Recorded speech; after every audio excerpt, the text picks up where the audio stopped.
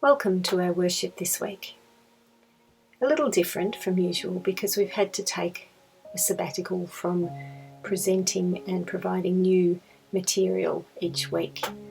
So there'll be some material here that you've seen before, but we hope that it brings you into a time of worship.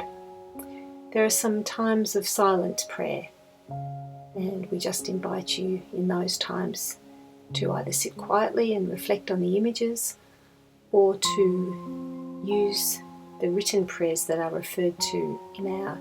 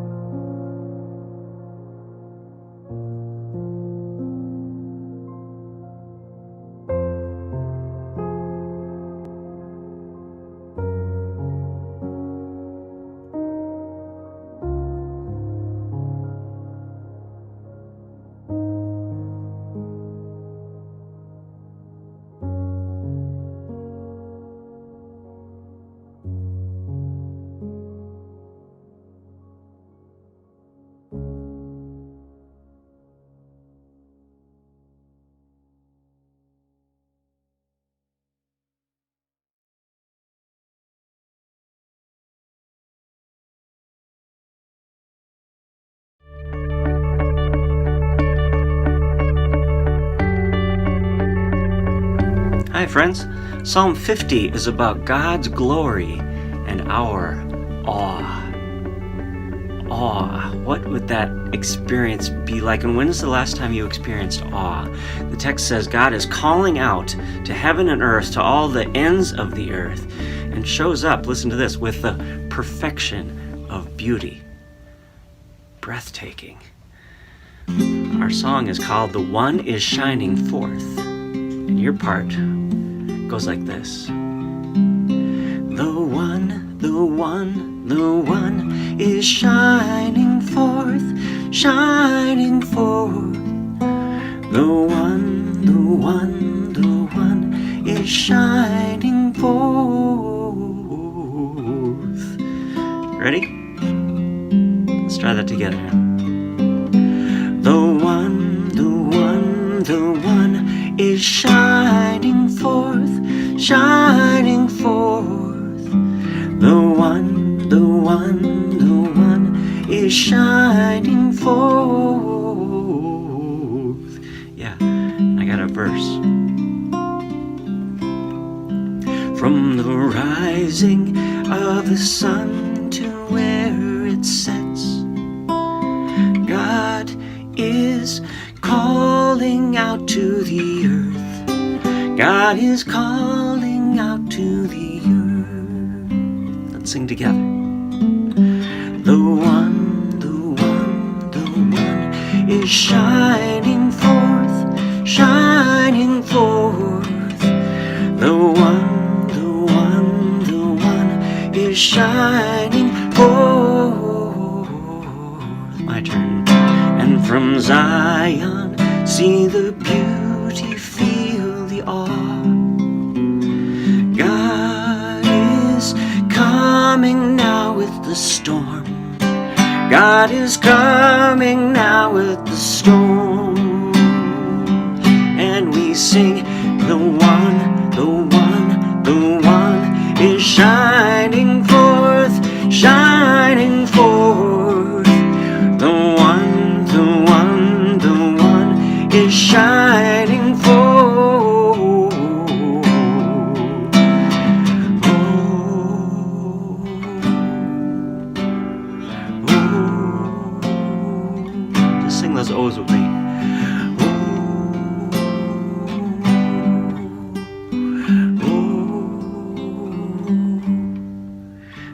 the skies and to the earth the call goes out. God of justice, gather your own. God of justice, gather your own. The one, the one, the one is shining forth, shining forth. The one, the one, the one is shining forth. Again. Oh, the one, the one, the one is shining forth, shining forth. The one, the one, the one is shining forth.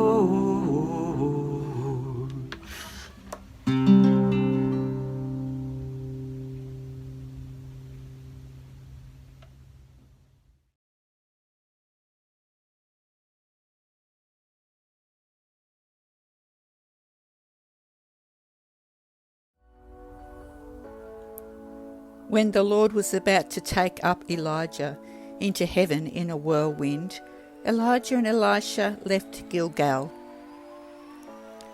Elijah appealed to Elisha, "Stay on here, for the Lord has sent me to Bethel." But Elisha said, "As sure as the Lord lives and you live, I will not leave you." So they went on to Bethel. The band of prophets at Bethel came out to Elisha, saying, "Are you aware that today the Lord is going to take away your master who goes before you?" "I know it," he said. "Be still." Again Elijah said to him, "Elisha, stay on here, for the Lord has sent me to Jericho." "As sure as the Lord lives and you live, I will not leave you," he replied, as they continued to Jericho. The group of prophets at Jericho approached Elisha, saying, "Are you aware that today the Lord is going to take your master who goes before you?" "I know it," he said. "Be still." Once more Elijah said to him, "Stay on here, for the Lord has sent me to the Jordan." "As sure as the Lord lives and you live, I will not leave you," he said, and they both went on. 50 men of the group of prophets came and stood some distance from them, while both of them stood by the Jordan. Then Elijah took his coat, folded it, and struck the water, which parted, so that both of them crossed on dry land. When they crossed over, Elijah said to Elisha, "Ask what I am to do for you before I am taken away from you." Elisha replied, "Let a double share of your spirit be upon me." He said, "You have made a difficult request, but if you see me taken from you, it shall be granted to you. If not, it will not be so." As they were walking along and taking look, a chariot and horses of fire separated the two of them, and Elijah ascended to heaven in a whirlwind. When Elisha saw it, he cried, my father, the chariots and horsemen of Israel." When he could no longer see him, he took hold of his clothes and tore them into two. This is the word of the Lord. Thanks be to God.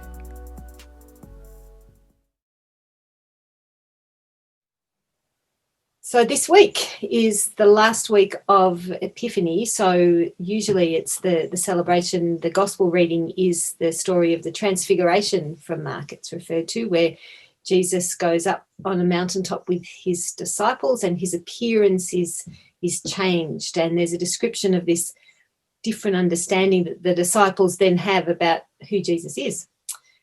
We've decided this week to focus on the two kings reading, the story of the transfer of the mantle from Elijah, the great prophet, to Elisha. I've always said Elisha. What do you say, Linda? Do you I say? say Elisha. Yes. Because some things I've been listening to, Rick, they've said Elisha, but we'll be saying Elijah and Elisha, I think, today. Because it's such a great story, and there's such a lot in there, we thought, for us, and such a word for the Macedon Rangers partnership, surely, at the moment, but a lot of us in a time of change. So that's what we're going to focus on today, isn't it? With maybe a reference to the Transfiguration. We'll see. Yes. So, Linda, what in particular leapt out at you about this week's reading? Yes, well, I put together the doodly sketches around the reading today. So it was interesting coming from it, looking at it from that perspective, because you sort of grab different aspects of it. And so just something about the people who were putting their thoughts on Elisha and his response about being still and being calm in the midst of what was happening and what was expected to happen with Elijah to be taken up. That happens 3 times. So there's that constant, it's okay, it will be okay. God's in control and it'll be okay. But then at the end, we really see Elisha experiencing grief, I think, when he's calling out, my father, and rents his clothes. And so it's interesting, isn't it, that in that whole experience of change, there's the joys and the calmness, but there's also the uncertainty and the wanting more, like give me double portion of your spirit. Whole range of different emotions coming in, and to see that portrayed in the scriptures just gives us hope, I think. Shows us that it's not a perfect line of how we should act or how we should feel, but in the mix there's always going to be calmness and grief and a whole range of other emotions appropriate to the situation. That's right. I've learned this story to tell as a story. And it was before I'd heard that suggestion that when Elisha says, yes, I know, that it's be still. I said it as, yes, I know, be quiet. And it seemed to me, if you read the story that way, that it's Elisha getting more and more agitated with these people who were saying, oh, do you know that your master's about to be taken up? Yes, I know, be quiet, and gradually getting more frustrated with it. So it does flip it a bit, doesn't it, to have Elisha going, no, yes, it's all under control. I know that's what's happening. Just settle down, kind of thing. God's got this. But it takes some of the humour out of it, which is, in the telling of it that way. But I remember when I learned to tell it that it was the first time. It was at a time when two men who had been mentors to me in some ways. One was a former Presbytery minister and one was a lecturer at Whitley. One of them had been sick and for a time, and we knew he was dying, and he died. But then shortly before he died, one of my lecturers from Whitley had a heart attack out of the blue, and he had died. And on the day of his funeral, that was the day that the other man died. And so there was this sort of grief around it. But these two really quite remarkable men, and the weight of that, who is going to replace them? Who is going to step into their shoes? Who is there that can do what they did? I really felt that as Elisha was sort of grieving for the loss of this great prophet Elijah as well. So, one of my things at the moment is, how does our story connect with the divine story, whether that's in the Bible readings or just God's great story? And that was a real moment for me when that really connected. And so also that moment of picking up the mantle and saying, well, Annette, you are not Robin or Ross, but you have a task to do, and God has, given you things to do, even if it's just to tell this story in this moment. Pick it up. What's your mantle? So I think that's a question in this story for us. What is God calling us to do, each of us? It's not necessarily to be the same as whoever's gone before us, but it's to follow in the line, isn't it? It's to carry on the story in whatever way that we're called to as who we are. And another thing that grabbed me too, in the King James, it does use the word mantle, and the coat that falls off Elijah. Oh, that's right. First, Elijah uses it as part of the parting of the waters. So it somehow becomes an instrument of this parting of the waters. And then somehow, as Elijah's taking away, the coat's dropped back down. So like the mantle representing the weight of the holding of what the responsibility of the position is going to be. I thought, oh, that's amazing. I really hadn't picked up that mantle coat thing before, which was fascinating. And we were going to talk too about our retreat. We had so Annette and I had a beautiful retreat day on Tuesday at Kent Road Uniting Church, which we both have a shared history in. For me, it was where I went to Sunday school and kindergarten and grew up in that church, and it was Mum and Dad's church for many years, and my brother too. And just going back to that space is just a reminder of the mantle that has been passed through the people through the ages. Like, we saw photographs of people who, many of them have passed now, but who put their service into providing a space for a church to gather in a building, if you like. And that building's still there, and the people are still there in different people and in different ways, and some are generational, and it's also beautiful. But we can also hold on to that we've forged in the past and not allow that and allow it to stop what needs to come into the future. So we sort of don't know what that future is, just as Elisha didn't know what the future was going to be. But how do we hold what has been with respect and honour, knowing that God has worked through those people in the past to, what is being held before us now, and then, how do we be open enough to receive the Spirit's guidance in what the future might look like?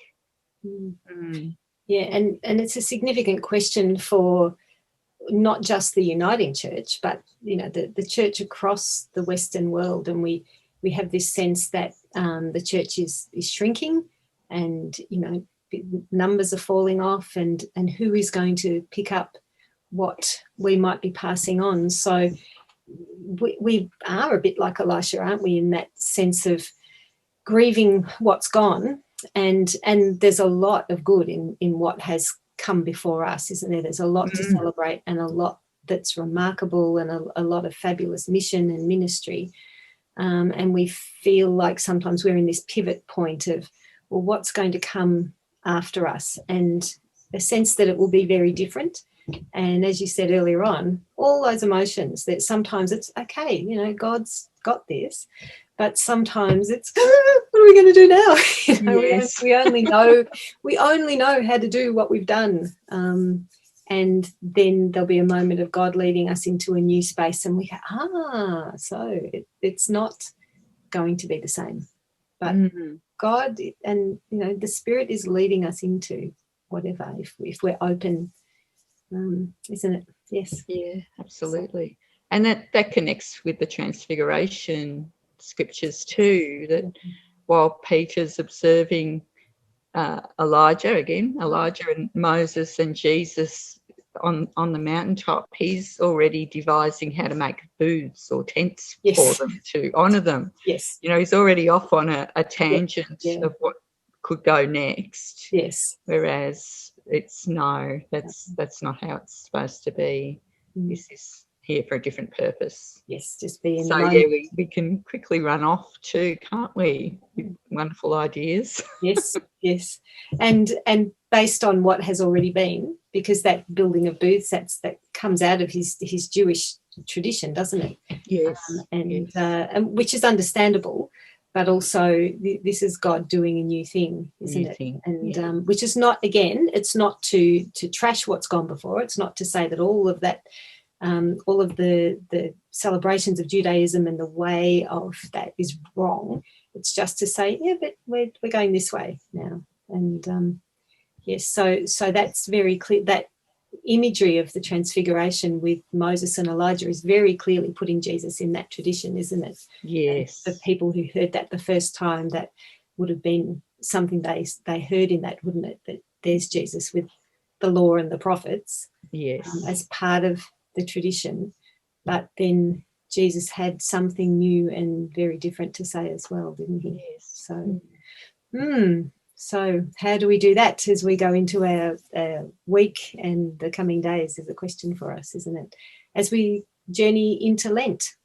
Ash Wednesday on Wednesday, and next Sunday will be the first Sunday of Lent. So.